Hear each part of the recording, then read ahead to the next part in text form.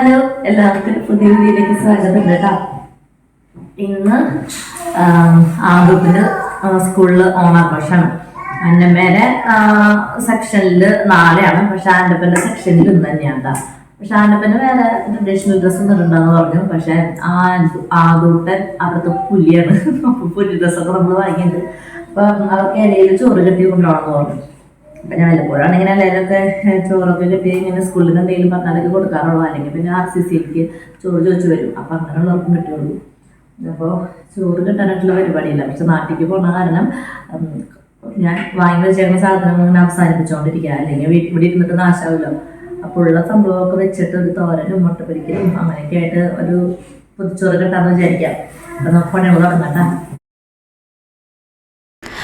ഞാൻ എൻ്റെ പണികളൊക്കെ സ്റ്റാർട്ട് ചെയ്ത് വെച്ചിട്ടുണ്ടായിരുന്നു കേട്ടോ. അപ്പോൾ അതിൻ്റെ ഇടയിലാണ് പിന്നെ ഞാനിങ്ങനെ പറയാം വീഡിയോ ഒക്കെ എടുക്കാമെന്ന് വിചാരിച്ചിട്ട് വീഡിയോ എടുക്കാനായിട്ട് തുടങ്ങിയത്. അപ്പോൾ ഞാൻ ക്യാരറ്റ് ഉപ്പേരിക്ക് ക്യാരറ്റൊക്കെ അരിഞ്ഞ് ഞാൻ പാത്രത്തിൽ അത് വേവിക്കാനായിട്ട് വെച്ചിട്ടുണ്ട്. അപ്പോൾ അതിനുള്ള അരപ്പ് തയ്യാറാക്കാനായിട്ടാണ് ഞാനിപ്പോൾ പോകണേ കേട്ടോ. അപ്പോൾ നാളികേരം പിന്നെ വെളുത്തുള്ളി, ജീരകം, മഞ്ഞൾപ്പൊടി, മുളക് പൊടിയൊക്കെ ഇട്ടിട്ട് നന്നായിട്ട് അരച്ച്, അതായത് തോരൻ്റെ അരവിൽ അരച്ചെടുത്തിട്ട് നമ്മൾ ചേർത്തിട്ട് ഒന്ന് കുറച്ച് നേരം ഒന്ന് വേവിക്കുക. അപ്പോൾ നമ്മുടെ തോരൻ ശരിയാവും. പിന്നെ ഞാൻ വിചാരിച്ചത് ഒരു പരിപ്പിൻ്റെ ഒരു തക്കാളി മാത്രം കഷ്ണമായിട്ടുള്ളൂ. നമ്മൾ നാട്ടിൽ പോകാനായിട്ട് നിൽക്കണ കാരണം ഫ്രിഡ്ജിലത്തെ സാധനങ്ങളൊക്കെ ഒഴിക്കണ കാരണം. അപ്പോൾ തക്കാളിയും എന്നിട്ട് കുറച്ച് സാമ്പാർ പൊടി ഇട്ട് ചാറാക്കി. പിന്നെ ഞാനിപ്പോൾ ഈ ചെയ്യണത് മുട്ട പൊരിക്കുകയാണ്. അപ്പം മക്കൾക്ക് കൊടുക്കേണ്ട കാരണം ഞാൻ പച്ചമുളക് കിട്ടില്ല കേട്ടോ. ഉള്ളിയും കറിവേപ്പിലയും മാത്രമാണ് ഞാൻ ഇട്ടിട്ടുള്ളൂ. എന്നിട്ട് മുട്ട പൊട്ടിച്ച് ഒഴിച്ചു. പിന്നെ ഇതിലേക്ക് ഞാൻ തേങ്ങ ചേർക്കുന്നുണ്ട് കേട്ടോ. തേങ്ങ ചേർത്ത പ്രത്യേക രസമാണെന്നാണ് ഈ പറയണത്. അപ്പോൾ ഞാൻ തേങ്ങയും കൂടി ചേർത്തിട്ടാണ് മുട്ട പൊരിച്ചത്. അപ്പോൾ ഞാൻ ഉണ്ടാക്കി നോക്കിയപ്പോൾ എനിക്ക് നല്ല ഇഷ്ടമായിട്ടാണ് തേങ്ങ ഇട്ടിട്ടുള്ള മുട്ട പൊരിച്ചത്. അത് ഒരുപാട് പേര് ഉണ്ടാക്കുന്നുണ്ടാവും, പക്ഷേ ഞാനിത് ഫസ്റ്റ് ടൈമാണ് ചെയ്ത് നോക്കിയത്. നല്ല രസമുണ്ടായിരുന്നു കേട്ടോ. മുട്ട നല്ല എടുക്കാനും നല്ല കഴിക്കാനായിട്ട് ആ ഒരു തരിപ്പൊക്കെ ഇടയ്ക്ക് കിട്ടുമ്പോൾ നല്ല രസമായിരുന്നു. പിന്നെ ഞാൻ ഒരു കളറിന് വേണ്ടി ഇത്തിരി മഞ്ഞപ്പൊടിയും ചേർക്കണ്ടേ.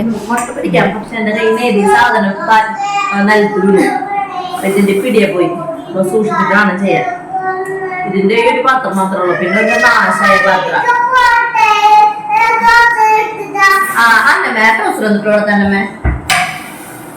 ബാത്റൂമിൽ പോയിട്ട് ട്രൗസറിനോടെ നിൽക്കാതെ കണ്ടോട്ടെ. നമ്മുടെ ക്യാരറ്റ് ഉപ്പേരി ഇവിടെ റെഡി ആയിട്ടാ. ഞാൻ ഉപ്പൊക്കെ കറക്റ്റാണോ നോക്കാണ്. ഉപ്പൊക്കെ പെർഫെക്റ്റ് ആയിരുന്നു. അപ്പോൾ ഞാനത് തീയൊക്കെ ഓഫാക്കിയിട്ടാ. അപ്പോൾ നമ്മുടെ ഉപ്പേരി ശരിയായി. അയ്യോ, ഉപ്പേരി എന്നാണ് തൃശ്ശൂർ പറയാം. ഇവിടെ തോരൻ അങ്ങനെ റെഡി ആയിട്ടുണ്ട്. ഇത് നമുക്കതേ മുട്ട പൊരിക്കാം. മുട്ടയൊക്കെ ഞാൻ ചട്ടിയിലൊക്കെ ഒഴിച്ചു. അപ്പോൾ അതൊന്ന് വേവണ സമയം വിളിക്കാൻ ഞാൻ വിചാരിച്ചു നമ്മുടെ വാഴയിലയിൽ കെട്ടണ്ടേ. അപ്പോൾ വാഴയിലൊക്കെ പൊട്ടിച്ച് കൊണ്ടുവന്ന് അത് ഞാൻ മയക്കാണ് കേട്ടോ. അപ്പോൾ ചേട്ടനാണ് മയക്കി തരണേ എനിക്ക്. കാരണം ചേട്ടനാണെങ്കിൽ ഈ വീഡിയോസിലൊന്നും മുഖം കാണിക്കാൻ ഇഷ്ടമില്ല. അപ്പോൾ അതുകൊണ്ട് മുഖം കാണിക്കാൻ ഇഷ്ടമില്ലാത്തതുകൊണ്ടാണ് ഞാൻ കാണിക്കാത്തത് ചേട്ടനെ. പിന്നെ അവരുടെ ഒരു ഇഷ്ടമില്ല എന്ന് പറഞ്ഞിട്ട് പിന്നെ നമ്മളിങ്ങനെ കാണിക്കുമ്പോൾ അത് ശരിയല്ലല്ലോ. ഞാൻ ആദ്യം വിചാരിച്ചത് പൊതിച്ചോറിന് തോരനും മുട്ട പൊരിച്ചതും ഒക്കെ മതി എന്നാണ് ഞാൻ വിചാരിച്ചത്. മീനൊന്നും കൊണ്ടുപോകണ്ടെന്നും പറഞ്ഞു. അപ്പോൾ പിന്നെ ഞാൻ വിചാരിച്ചു ദൈവമേ, ചാറുകറി എന്തെങ്കിലും വേണമല്ലോ എന്ന് വിചാരിച്ചു. തക്കാളി മാത്രമേ ഇരിക്കണുള്ളൂ. അപ്പോൾ ഞാൻ വിചാരിച്ചു പരിപ്പും തക്കാളിയും വെക്കാം. പിന്നെ ഓണല്ലേ, സാമ്പാറിൻ്റെ ഒരു ടേസ്റ്റ് വരാൻ വേണ്ടി കുറച്ച് സാമ്പാർ പൊടിയും കൂടി ഇട്ടു. ഇതൊരു തട്ടിക്കൂട്ട് കറിയാണ് കേട്ടോ. അപ്പോൾ ഒരു പേരിനൊരു ചാറുകറിയായി.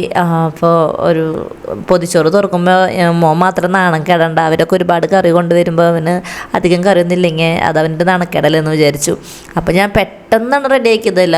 സാധാരണ പരിപ്പാണ് ആദ്യം വേവിക്കാറ്. ഞാൻ ഇപ്രാവശ്യം പരിപ്പും തക്കാളിയും മഞ്ഞപ്പൊടിയും മുളക് പൊടിയും ഒക്കെ ഒരുമിച്ചിട്ടിട്ട് അങ്ങോട്ട് വേവിച്ചു. അപ്പോൾ പെട്ടെന്ന് ആയിക്കോളൂല്ലോ. അപ്പോൾ വലിയ കുഴപ്പമുണ്ടായിരുന്നില്ല കേട്ടോ. ഒരു തട്ടിക്കൂട്ട് കറി ഭയങ്കര രസമല്ല, എന്നാലും വലിയ കുഴപ്പമുണ്ടായിരുന്നില്ല. അങ്ങനെ പൊതിച്ചോറ് കെട്ടാൻ സ്റ്റാർട്ട് ചെയ്യാം.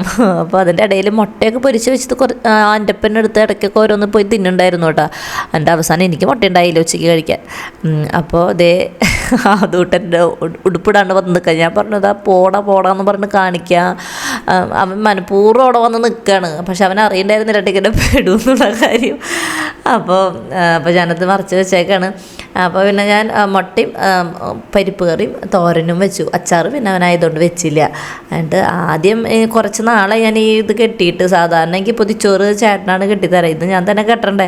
എനിക്കാണെങ്കിൽ ഒരു അന്തും കൊന്തും കിട്ടണില്ല. ഞാൻ പിന്നെ ഒരു വിധത്തിൽ അങ്ങ് പിന്നെ അവിടെ നിന്ന് ചേട്ടനേക്ക് നിർദ്ദേശങ്ങളൊക്കെ തന്നുകൊണ്ടിരിക്കുന്നുണ്ട്. അങ്ങനെയല്ല ഇങ്ങനെയെന്നൊക്കെ പറഞ്ഞിട്ട്.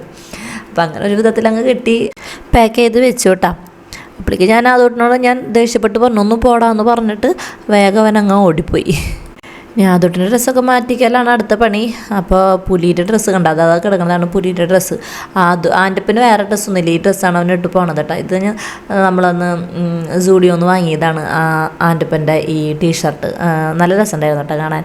ഇപ്പോൾ വീഡിയോയിൽ എനിക്ക് അത്ര ഇത് തോന്നുന്നില്ല, പക്ഷെ നേരിട്ട് കാണാൻ കൊള്ളായിരുന്നു. പിന്നെ ഓണത്തിൻ്റെ ലുക്കൊന്നും ഇല്ല, കാരണം മുണ്ടൊന്നും എടുക്കരുതെന്ന് പറഞ്ഞു. ഇവർ കുഞ്ഞു കുട്ടികളായതുകൊണ്ട് മുണ്ടൊക്കെ ഊരിപ്പോയി നടക്കാനൊക്കെ പാടല്ലേ, അപ്പോൾ അതുകൊണ്ട് വേണ്ടെന്ന് പറഞ്ഞു. അപ്പോൾ അതുകൊണ്ട് ഞാൻ ഇതിൻ്റെ ഉള്ളിൽ ഞാനൊരു ഈ ഡ്രസ്സ് ഇടണേക്കെ പുലിയുടെ ഡ്രസ്സ് ഇടണേക്കാളും മുന്നേ എമ്മിന് അത് ഊരിയിട്ട് പുലിയുടെ ഡ്രസ്സ് ഊരി കഴിഞ്ഞിട്ട് ഇടേണ്ട ഡ്രസ്സ് ഞാൻ ഓൾറെഡി ഇടിപ്പിച്ച് കൊടുക്കണം കേട്ടോ. അല്ലെങ്കിൽ പിന്നെ അത് ടീച്ചേഴ്സിന് പണിയാവുമല്ലോ എന്നൊക്കെ വിചാരിച്ചിട്ട് ഇത്തിരി ചൂടെടുക്കും എന്നാലും കുഴപ്പമില്ല എന്നൊക്കെ വിചാരിച്ചു. അപ്പോൾ അങ്ങനെ ഇടിപ്പിച്ച് കൊടുക്കുകയാണ്. ഇത് ആമസോണിൽ നിന്നാണ് വാങ്ങിയത് കേട്ടോ. പുലിക്കുട്ടിക്കാണെങ്കിൽ ഇടയ്ക്കൊരു മൂക്കിന്ന് ഒരു ഒലിപ്പ് ഉണ്ട്, കറക്റ്റായിട്ട് അങ്ങോട്ട് മാറിയിട്ടില്ല എന്നാൽ, പക്ഷേ വലിയ ഈണം അല്ല കേട്ടോ, വലിയ കുഴപ്പമൊന്നുമില്ല. അങ്ങനെ അവൻ്റെ ഡ്രസ്സൊക്കെ മാറ്റിച്ചു. അപ്പോൾ അത് കണ്ടവൻ്റെ വാല് അങ്ങനെ പുലിക്കുട്ടി റെഡിയായി. പിന്നെ എന്നോട് ചോദിക്കണ്ടായിരുന്നു കേട്ടോ, എന്താ കളിയാക്കുമോ എന്നെ കുട്ടികൾ കളിയാക്കി ചിരിക്കുമോ എന്നൊക്കെ. ഇന്നലെ വരെ പുലിയുടെ ഡ്രസ്സ് ഇടാമെന്ന് പറഞ്ഞാൽ ഭയങ്കര ഇൻട്രസ്റ്റിലിരുന്നതാണ്. ഇപ്പോഴും ഇൻട്രസ്റ്റിന് കുഴപ്പമൊന്നുമില്ല, പക്ഷേ കളിയാക്കൊന്നൊരു പേടിയുണ്ടായിരുന്നു. അങ്ങനെ റെഡിയായി. സ്കൂളിലേക്ക് പോണേക്കാളും മുന്നേ ഞങ്ങളിതേ പ്രാർത്ഥിക്കുകയാണ്. പ്രാർത്ഥിച്ച് കഴിഞ്ഞ് ഇന്ന് നേരത്തോടു കൂടി റെഡി ആയിട്ടുണ്ട്. ഇന്ന് ബുക്കുകളൊന്നും റെഡിയാക്കൊന്നും വെക്കേണ്ട. അപ്പോഴേക്കതേ പ്രാർത്ഥന കഴിയുമ്പോഴേക്കും വണ്ടി വന്നു. ഇനി അതോട്ടനാണെങ്കിൽ അത് ചമ്മല് ദൈവമേ കളിയാക്കുമെന്ന്. അപ്പോൾ അവൻ്റെ ചേച്ചി ഓടി വരുന്നുണ്ട്, അവൻ്റെ ഓട്ടോറിക്ഷത്തിൽ ചേച്ചി പൊന്നൂൻ്റെ കേസ് ഞാൻ പറയാറില്ലേ, അവളതേ നല്ല മിടുക്കിയായിട്ട് സുന്ദരിയായിട്ട് പട്ടുപാവാടയൊക്കെ ഇട്ട് വന്നിട്ടുണ്ട്. ഞാനാണെങ്കിൽ അതോട്ടനെ ഒരുക്കണേൻ്റെ ഇടയിൽ അവൻ്റെ ബോട്ടിൽ വെള്ളം നിറയ്ക്കാനായിട്ട് മറന്നുപോയി. അപ്പോൾ അതിൻ്റെ ഇടയിൽ വേഗം ഓടിപ്പോയി ബോട്ടിൽ വെള്ളം നിറച്ച് ബാഗിലൊക്കെ വെച്ച് കൊടുത്ത് അവനെ കൊണ്ടാക്കാൻ ഞാൻ പോയിട്ടാ. അപ്പം അവൻ പോണ വരെ ഞാൻ അവൻ്റെ കൂടെ അങ്ങനെ നിൽക്കണം, അല്ലെങ്കിൽ അതവന് ഭയങ്കര സങ്കടമാണ്. അപ്പോൾ ഞാൻ വിചാരിക്കും കാലത്ത് തന്നെ കരയിപ്പിക്കേണ്ടെന്ന് വിചാരിച്ചിട്ട് ഞാൻ കുറച്ച് നേരം അവിടെ നിൽക്കും. പിന്നെ ഒരുപാട് നേരം വൈകാണ് മറ്റുള്ള കുട്ടികളെന്നുണ്ടെങ്കിൽ ഞാൻ അന്നമ്മേൻ്റെ കാര്യം നോക്കട്ടെ എന്ന് പറഞ്ഞിട്ട് അവനോട് പറയും ഞാൻ പോട്ടെ എന്ന് ചോദിക്കുമ്പോൾ അന്ന് വെച്ചാൽ പൊക്കോ അമ്മ എന്ന് പറയും.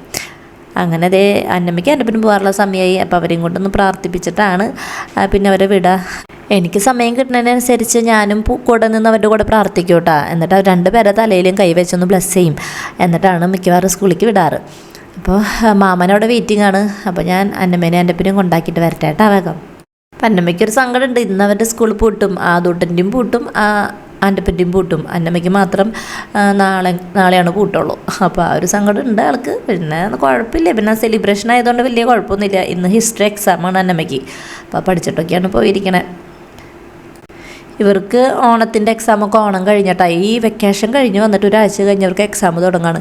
അപ്പോൾ ആ ഒരു വിഷമത്തിലാണ് ഞാൻ. കാരണം വെക്കേഷനൊന്നും ശരിക്കും ആഘോഷിക്കാൻ പറ്റില്ല. ഇവർ അതിൻ്റെ ഇടയിൽ പഠിപ്പിക്കാൻ വിളിക്കുക എന്നൊക്കെ പറയുന്നത് ഭയങ്കര ബുദ്ധിമുട്ടുള്ള പരിപാടിയാണ്. പിന്നെ വരേണ്ട പോലെ വരട്ടെ എന്ന് വിചാരിച്ചു. അപ്പം ഇന്ന് വേറെ എനിക്ക് പണികളൊന്നുമില്ല. പൊതിച്ചോറ് കിട്ടിയ കാരണം ചാറുകറിയും തോരനും ഒക്കെ റെഡിയായി. ഇന്ന് എനിക്ക് കാപ്പി കുടിക്കുക, ഇന്ന് എനിക്ക് ഫ്രീ ആണ്. അപ്പോൾ കുറച്ച് നേരം എഡിറ്റ് ചെയ്യാതിരിക്കണം. പിന്നെ നമ്മുടെ സെൽഫ് കെയർ കാര്യങ്ങളൊക്കെ നോക്കാമെന്നൊക്കെ വിചാരിച്ചിട്ടിരിക്കും.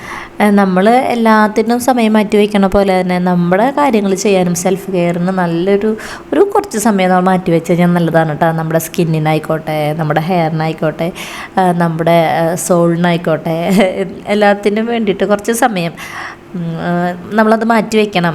നമ്മൾ സെൽഫ് ലവ് ഭയങ്കര ഇമ്പോർട്ടൻ്റാണ് നമ്മുടെ ജീവിതത്തിൽ. അത് എനിക്ക് കുറച്ച് നാളുകളായിട്ട് ഞാനത് തിരിച്ചറിഞ്ഞിട്ടുള്ള കാര്യമാണ്. നമ്മൾ നമ്മളെ തന്നെ സ്നേഹിച്ച് കഴിഞ്ഞാൽ നമ്മുടെ ജീവിതം തന്നെ ശരിക്കും ഒരു ചേഞ്ച് ആവും. അതിന് വേണ്ടി ഇത്തിരി സമയം അങ്ങോട്ട് മാറ്റി വെച്ചാൽ ഒരു കുഴപ്പമുണ്ടാവില്ല. അത് നമുക്ക് നന്മയായിട്ട് വരുള്ളൂ. നമുക്കൊരു കോൺഫിഡൻസ് ലെവലൊക്കെ ഭയങ്കരമായിട്ട് കൂടും കേട്ടോ. സ്കിൻ കെയറിൻ്റെ ഹെയർ കെയറിൻ്റെ കാര്യം പറയുമ്പോൾ എല്ലാവർക്കും തോന്നുന്നുണ്ടാവും ഓ കല്യാണം കഴിഞ്ഞ് മക്കളൊക്കെ ആയില്ലേ ഇനി എന്തിനാന്ന്. പക്ഷെ അങ്ങനെയൊന്നും അല്ല കേട്ടോ. നമ്മളങ്ങനെ ചെയ്ത് നോക്കിയാൽ നമുക്ക് ഏജ് എന്ന് പറയുന്നത് ഒരു നമ്പറാണ്. നമ്മുടെ ഉള്ളിൽ എപ്പോഴും നമ്മൾ ചെറുപ്പക്കാരല്ലേ. എനിക്കൊക്കെ അങ്ങനെയാട്ടാ. കല്യാണം കഴിഞ്ഞ് 3 പിള്ളേരായി, എന്നിട്ട് ഇപ്പോഴും എൻ്റെ വിചാരം ചെറുപ്പക്കാരിയാണ്. ഒന്ന് ഡ്രൈ ആക്കി എടുക്കണം, മുഖം ഒന്ന് തുടയ്ക്കണം. ഇൻസ്റ്റാഗ്രാം പേജിലൊരു ടിപ്പ് കണ്ടു. നമ്മുടെ സ്കിന്നിന് റൈസ് വാട്ടർ ഭയങ്കര നല്ലതല്ലേ നമ്മുടെ സ്കിന്നിന്.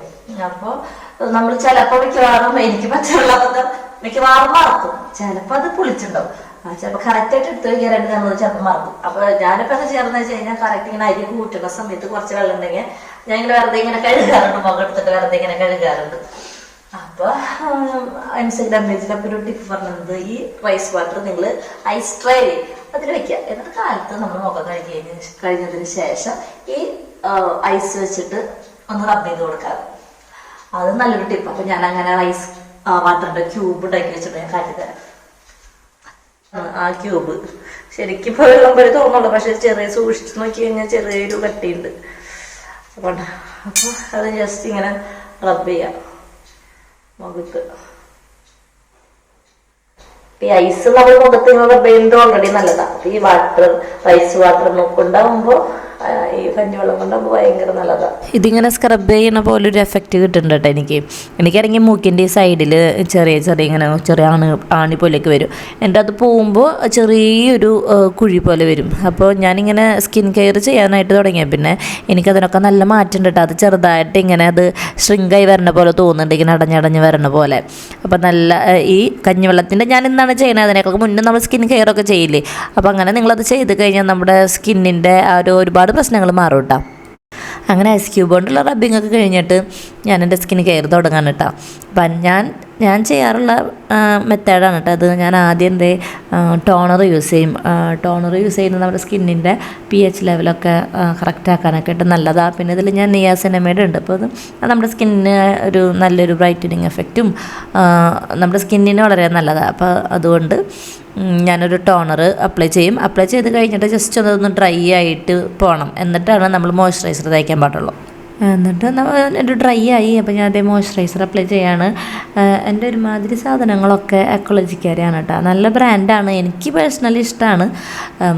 അത് ഒരു ഭയങ്കര ലൈറ്റ് വെയ്റ്റ് ആണ് കൺസിസ്റ്റൻസി. നമുക്ക് അപ്ലൈ ചെയ്ത് കഴിഞ്ഞാൽ ഇങ്ങനെ വൈറ്റ് കാസ്റ്റ് ആയിട്ട് നിൽക്കുക, അങ്ങനെ ഒരു പ്രശ്നമില്ല. നമുക്ക് യൂസ് ചെയ്യാൻ നല്ല സുഖം.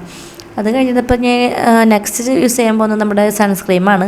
അപ്പോൾ അതാണെങ്കിൽ നമ്മൾ ഡേ ടൈം ആയതുകൊണ്ട് ഞാൻ സൺസ്ക്രീം അപ്ലൈ ചെയ്യാറുണ്ട് കേട്ടോ. അപ്പോൾ ഞാൻ വീടിൻ്റെ ഉള്ളിൽ നിൽക്കുകയാണെങ്കിൽ ഞാൻ സൺസ്ക്രീം യൂസ് ചെയ്യും, കാരണം ബ്ലൂ ലൈറ്റ് പ്രൊട്ടക്ഷൻ അങ്ങനെയൊക്കെ വേണ്ടിയിട്ട് ഞാനത് യൂസ് ചെയ്യാറുണ്ട്. അപ്പോൾ അത് നമ്മുടെ കണ്ണിൻ്റെ അടിയിലും ഒക്കെ ഞാനത് ഇട്ട് കൊടുക്കാറുണ്ട് കേട്ടോ സൺസ്ക്രീം.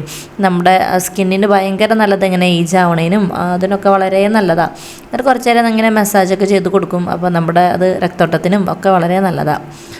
പിന്നെ മുടിയൊക്കെ ഒന്ന് ജസ്റ്റ് ഒന്ന് അഴിച്ചിട്ട് ഒന്ന് ഈരി ഒന്ന് വെടുപ്പായിട്ട് ഒന്ന് കെട്ടിവെക്കും കേട്ടോ. വീടിൻ്റെ ഉള്ളിൽ നിൽക്കുകയാണെങ്കിൽ നമ്മൾ ഇത്തിരി വൃത്തിയിലൊക്കെ നിൽക്കണമല്ലോ.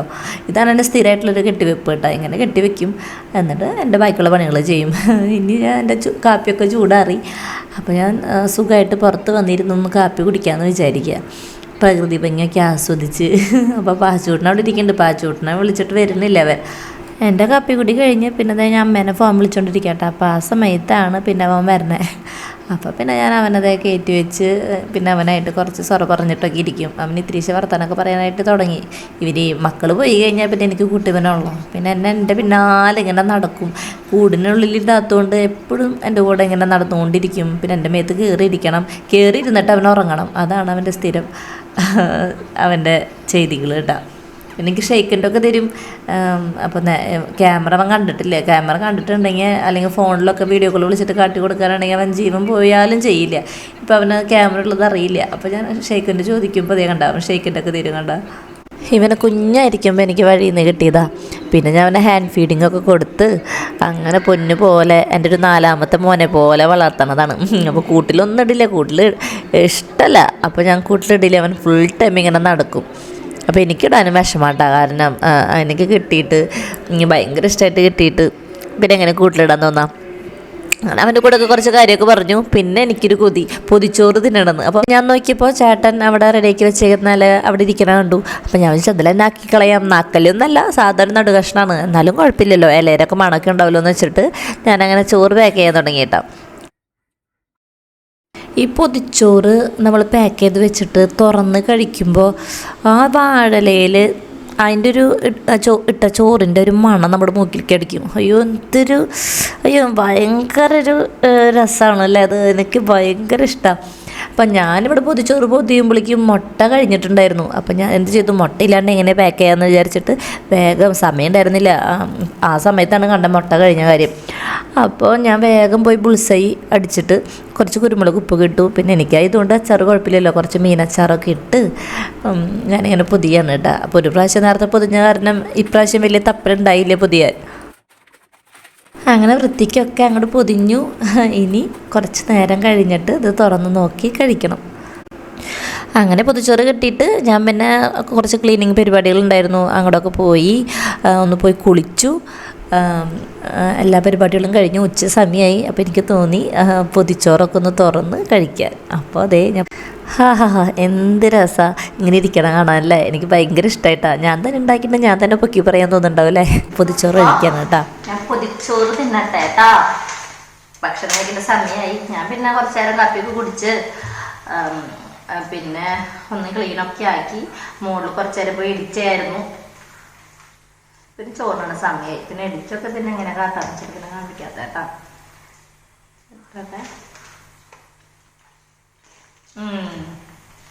രസമുണ്ട്. ഈ വാഴയുടെ രസം കൂടി വരുമ്പോ ഒരു മണം കൂടി വരുമ്പോ എന്ത് രസം കഴിക്കാൻ.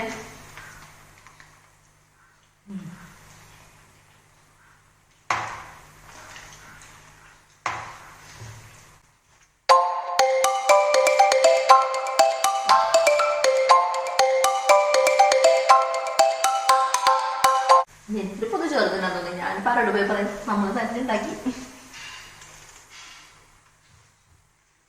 പക്ഷെ അത് വ്യത്യാസം എന്താണെന്ന് അറിയോ, നമ്മൾ തന്നെ ഒരു സാധനം ഉണ്ടാക്കി കഴിക്കുന്നതും തൊട്ടപ്പുറത്തെ നമ്മുടെ നൈബേഴ്സിൻ്റെ ഉണ്ടാക്കി കൊണ്ടുവന്നത് തരുന്നത് അത് കഴിക്കുമ്പോൾ സെയിം കറിയിലായിരിക്കും. പക്ഷെ നമുക്ക് വേറെ ഒരു രസം തോന്നും. എനിക്ക് ഭയങ്കര ഇഷ്ടമായിരുന്നു. എൻ്റെ അമ്മ എന്നെ തന്നെ എപ്പോഴും ചീത്ത പറയും. എൻ്റെ വീട്ടിൽ നമ്മൾ സാമ്പാർ ഉണ്ടാക്കിയാൽ വേണ്ട, ഇവിടെ തൊട്ടപ്പുറത്തെ ഒരു സാമ്പാർ ഉണ്ടാക്കും. എന്ത് രസമായിരുന്നു. ഒരു തമിഴ് ഫാമിലിയാ. സാമ്പാറൊക്കെ സൂപ്പറായിട്ടുണ്ടാക്കും. അപ്പൊ പൊന്നരിയ വെക്കുക.